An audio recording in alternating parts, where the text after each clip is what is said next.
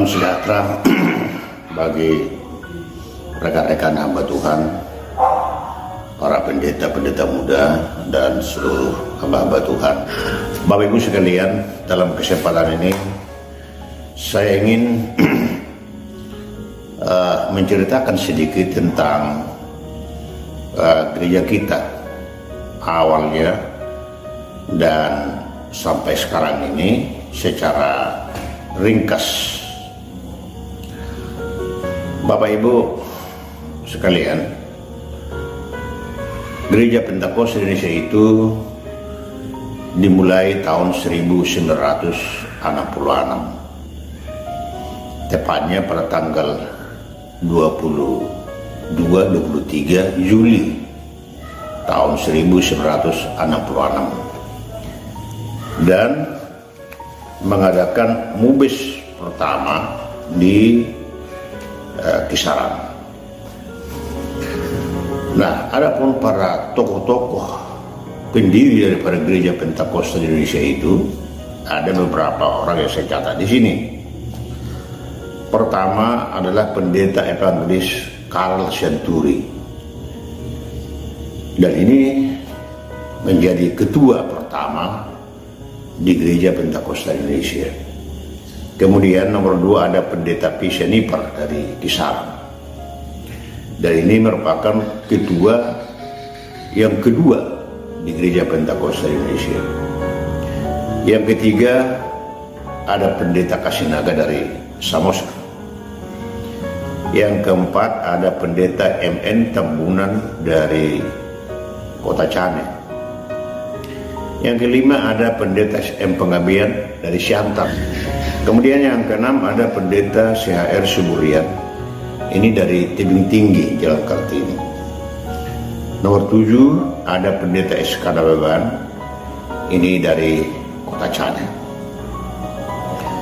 Yang ke-8 ada Pendeta SB Sigalingging, ini dari Dairi.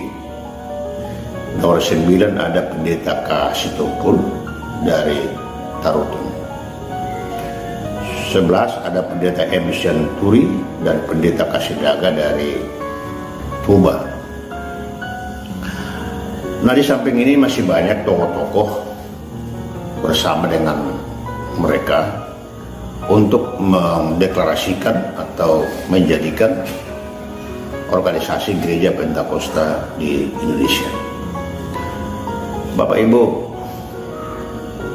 tidaklah perkara mudah untuk mendirikan sebuah organisasi, tentu dengan pengorbanan, dana, pemikiran, dan lain sebagainya. Tetapi kita bersyukur kalau mereka telah memperjuangkan itu demi generasi yang berikutnya, tentunya termasuk kita sendiri. Nah, perkembangan Gereja Pentakosta Indonesia sejak tahun 1966 sampai 1973 termasuk baik, karena memang dalam kurun waktu 7 tahun Gereja Pentakosta Indonesia sudah ada 630 jemaat. Jadi ini berkat penginjilan dan meresmikan gereja-gereja ini bukan saja hari Minggu, hari-hari biasa. Karena memang GPD pada saat itu ya sangat baiklah, bisa dipandang baik di Sumatera Utara. Karena memang setiap ada tamu-tamu dari luar negeri, apakah itu dari Amerika, dari Belanda, ya kita yang sering menjadi tuan rumah. Ya. Dan yang penterjemah kebaktian-kebaktian di lapangan, KKR besar, itu pendeta kita, Pendeta SM Panggabian. Ditambah lagi pada waktu itu GPD punya musik tiup yang baik, ya, dan memiliki kantor pusat yang memadai. Saudara, saya kira nggak semua gereja-gereja punya kantor pusat yang memadai, tapi kita punya kantor pusat yang baik. Tapi itu harus kita sadari bahwa itu adalah yang diberikan oleh seorang pendiri sekolah kitab itu, yaitu pendeta Chaim Giring dari Amerika Serikat. Dia berkata bahwa sekolah kitab ini saya bangun dan saya ingin yang meneruskan ini adalah orang Batak. Pernah satu kali ada dari Jakarta untuk berusaha supaya yang lain yang memimpin itu, tapi Chaim Giring tidak mau, dan itu sebabnya itu tetap menjadi orang-orang Batak. Itulah yang dimaksud orang Batak itu di kalangan gereja Pentakosta Indonesia. Nah, kembali kepada perkembangan gereja kita sejak tahun 66 sampai 73, ada 630, tetapi pada tahun 1974 ada terjadi kebelut yang tidak terhindarkan, di mana dari kalangan kita itu ada yang berusaha untuk mengalihkan, memiliki sendiri kantor pusat kita itu, dan gereja kita tidak akan dapat menerima itu. Akhirnya harus masuk ke ranah hukum, dari Pengadilan Negeri Siantar ke Pengadilan Tinggi Medan sampai ke Mahkamah Agung. 7 tahun itu waktu yang sangat melelahkan, dan dalam perjuangan itu ya saya sudah melihat sendiri keadaan itu. Dan puji Tuhan, pada tahun 1980 kita dimenangkan oleh Mahkamah Agung dari Jakarta. Bapak Ibu sekalian, kita harus mensyukuri perjuangan daripada para pendahulu kita. Saya sendiri telah menyaksikan dan melihat keadaan itu, di mana mereka bersusah payah dan kadang kurang tidur untuk memikirkan hal-hal apa yang harus dibuat jawaban-jawaban nanti, karena besok mungkin akan maju ke persidangan. Kemudian juga situasi tidak menguntungkan karena pendanaan tidak cukup, uang dari daerah mandek, karena memang persoalan itu bukan saja di pusat, sampai ke daerah-daerah. Ada banyak pertikaian-pertikaian di gereja-gereja di daerah. Jadi kita sangat bersyukur kepada mereka karena perjuangan mereka, dan juga kepada keturunan mereka kita harus menghargai lah. Karena apa? Karena memang aturan dana jatah daripada anak-anak para pendeta itu dialihkan untuk mengurusi urusan gereja ini.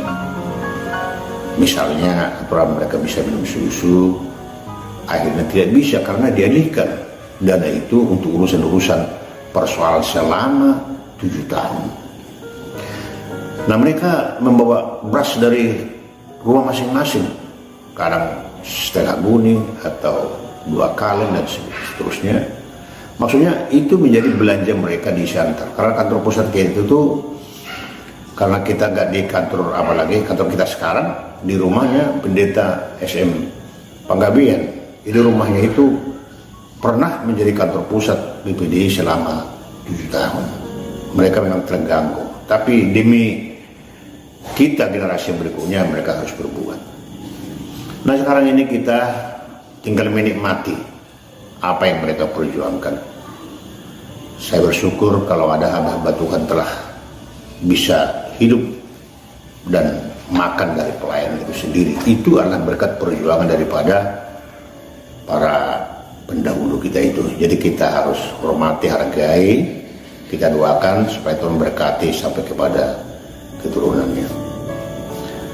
Bapak Ibu sekalian, berjalan setelah tahun 80 gereja dimenangkan oleh Mahkamah Agung, tetapi jumlah jemaat sudah turun drastis dari 630 menjadi tinggal 200 jemaat.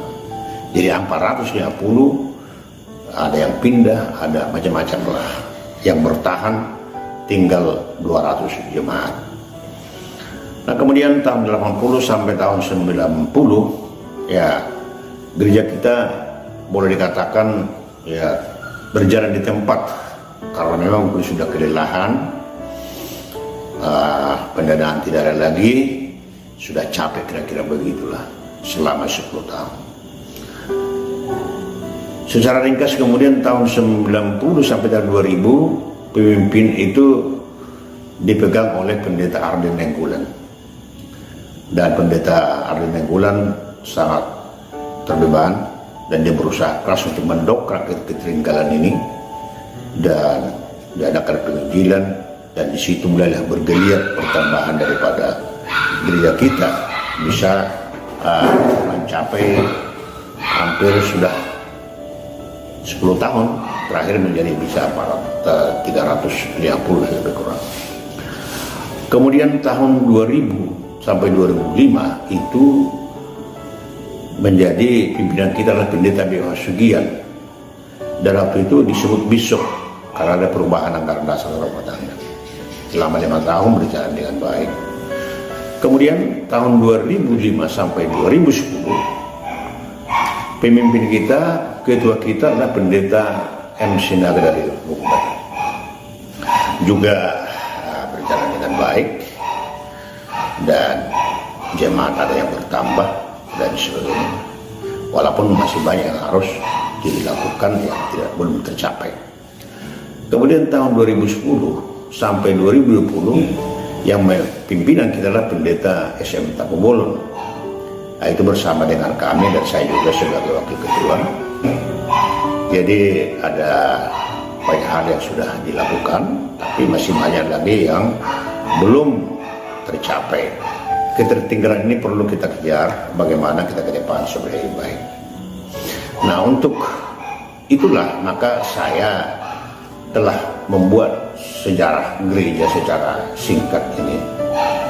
Memang belum lengkap, tapi minimal dari apa yang ada di dalamnya, para generasi muda tahu sekilas tentang berdirinya Gereja Pentakosta di Indonesia, sekaligus untuk tertanam rasa kecintaan terhadap Gereja Pentakosta Indonesia, perjuangan-perjuangan yang berat itu demi kita, ya demi kita. Kalau kita diperhadapkan dalam perjuangan itu, saya kira belum tentu kita bisa berjuang seperti mereka, tetapi mereka sudah memberikan yang terbaik, dan yang merasakan perjuangan beliau itu, para hamba Tuhan itu, kita sendiri sekarang ini, dan juga kepada generasi-generasi yang berikut. Oleh karena itu, marilah kita bagaimana kita memberikan kontribusi kita untuk kemajuan dan kebaikan Gereja Pentakosta Indonesia. Ya, kita ini memang gereja kita berbeda dengan yang lain. Kalau gereja-gereja lain mungkin dari kota penyerang ke desa, cukup dana, SDM-nya dan sebagainya. Tapi kita tidak. Kita ini banyak di pedesaan pada awalnya, ya kan? Jadi dari desa menuju ke kota. Di desa itu kan banyak keterbatasan, diselimuti berbagai kekurangan, baik ekonomi, baik pengetahuan, pengalaman dan lain sebagainya. Tapi kita bersyukur sampai sekarang ini memang kita sudah ada di beberapa kota-kota besar. Dan itu semua perjuangan masing-masing. Kita tak ada sponsor, karena tak ada pengusaha kan. Jadi bergerak sendiri, berjuang sendiri. Ya itu sesuatu yang kita syukuri, semangat dari para hamba Tuhan di GPD ini. Mari kita bangun kerjasama itu, dan kita semua merasa memiliki bahwa GPD ini adalah kita yang telah diperjuangkan oleh pendahulu kita. Mari kita isi dengan baik, dan biar nama Tuhan ditinggikan, dimuliakan. Tuhan Yesus memberkati. Amin.